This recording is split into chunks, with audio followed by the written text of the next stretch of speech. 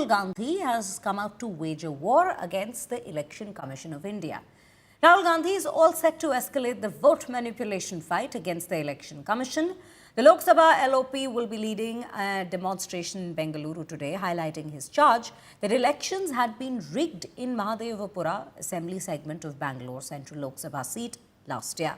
Led by Rahul Gandhi, India bloc leaders will also be holding a yatra in Bihar from August 17th to September 1st over the electoral roll revision exercise in the state. Remember, Election Commission of India fact-checking Rahul's statements and claims has come out to challenge the Lok Sabha LOP to sign an oath as per electors' rule and submit it to the Chief Electoral Officer. Meanwhile, BJP has hit back, accusing Rahul of tarnishing poll body's image, further slamming the Congress of selective outrage and not raising doubts on Congress ruled states. मैं तो आपको ये बताऊंगा 40 लाख नहीं 70 lakh 1,186 voting booth है।